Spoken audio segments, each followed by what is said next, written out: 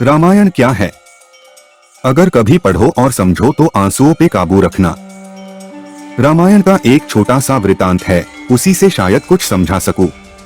एक रात की बात है, माता कौशल्या जी को सोते समय अपने महल की छत पर किसी के चलने की आहट सुनाई दी। नींद खुल गई, पूछा कौन है? मालूम पड़ा श्रुतकीर्ति जी हैं। सबसे छोटी बहू शत्रुघ्न जी की पत्नी माता कौशल्या जी ने उन्हें नीचे बुलाया। श्रुतकीर्ति जी आई, चरणों में प्रणाम कर खड़ी रह गईं। माता कौशल्या जी ने पूछा, श्रुति, इतनी रात को अकेली छत पर क्या कर रही हो बेटी? क्या नींद नहीं आ रही? शत्रुघ्न कहाँ है? श्रुतिकीर्ति जी की आंखें भर आईं, माँ की छाती से चिपटी, गोद में सिमट गईं और बोली, माँ उन्हें तो देखे हुए 13 वर्ष हो गए। उफ! कौशल्या जी का हृदय कांप कर झटपटा गया। तुरंत आवाज लगाई, सेवक दौड़े आए। आधी रात ही पालकी तैयार हुई, आज शत्रुघ्न जी की खोज होगी। माँ चली।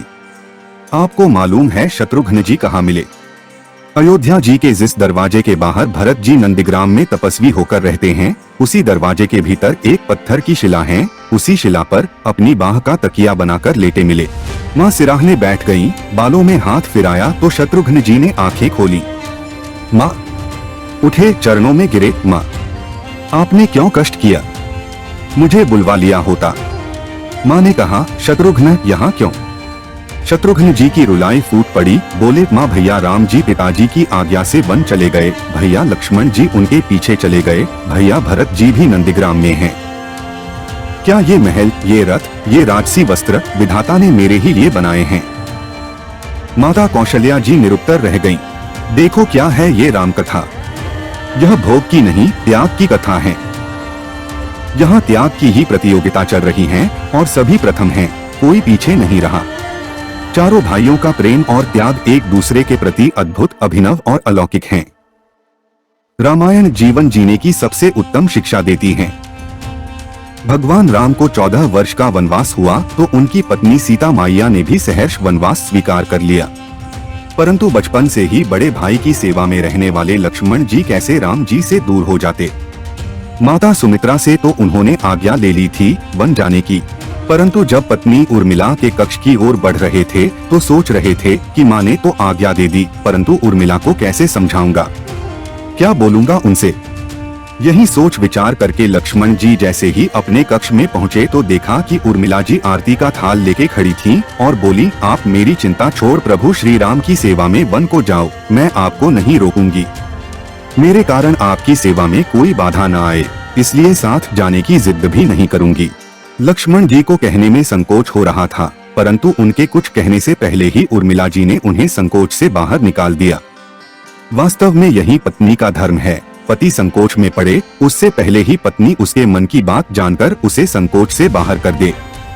लक्ष्मण जी चले गए, परंतु 14 वर्ष तक उर्मिला ने एक तपस्विनी की भांति कठोर तप किया। वन में प्रभु श्री राम माता सीता की सेवा में लक्ष्मण जी कभी सोए नहीं, परंतु उर्मिला ने भी अपने महलों के द्वार कभी बंद नहीं किए और सारी रात जाग जाग कर उस दीपक की लौ को बुझने नहीं दिया। मेघनाथ से युद्ध करते हुए जब लक्ष्मण जी को शक्ति लग जाती है और हनुमान जी उनके लिए संजीवनी का पर्वत लेके लौट रहे होते हैं, बीच में जब हनुमान जी अयोध्या के ऊपर से गुजर रहे थे, भरत जी उन्हें राक्षस समझकर बाण मारते हैं और हनुमान जी गिर जाते हैं। तब हनुमान जी सारा वृत्तांत सुनाते हैं कि सीता जी को रावण हर ले गया, लक्ष्मण जी युद्ध में मूर्छित हो गए हैं।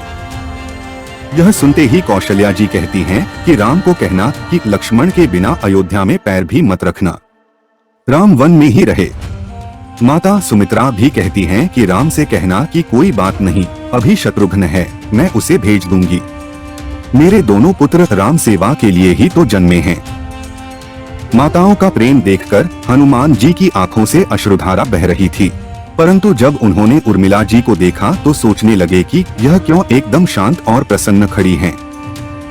क्या इन्हें अपनी पति के प्राणों की कोई चिंता नहीं? हनुमान जी पूछते हैं, देवी आपकी प्रसन्नता का कारण क्या है? आपके पति के प्राण संकट में हैं, सूर्य उदित होते ही सूर्य कुल का दीपक बुझ जाएगा।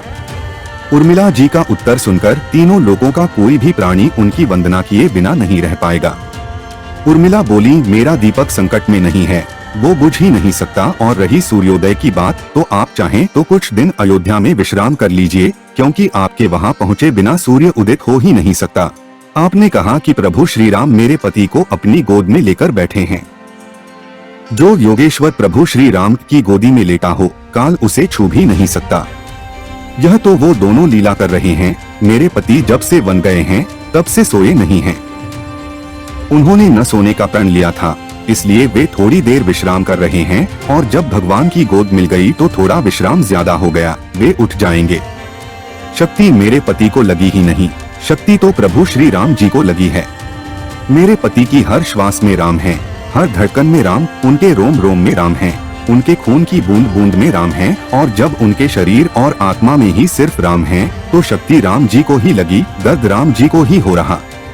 इसलिए हनुमान जी आप निश्चिंत होके जाएं, सूर्य उदित नहीं होगा। राम राज्य की नींव जनक जी की बेटियां ही थीं, कभी सीता तो कभी उर्मिला। भगवान राम ने तो केवल राम राज्य का कलश स्थापित किया, परंतु वास्तव में राम राज्य इन सब के प्रेम, त्याग, समर्पण और बलिदान से ही आया। जिस मनुष्य में प्रेम, त्याग, समर्पण की भावना हो, उस मनुष्य में राम ही बसता है।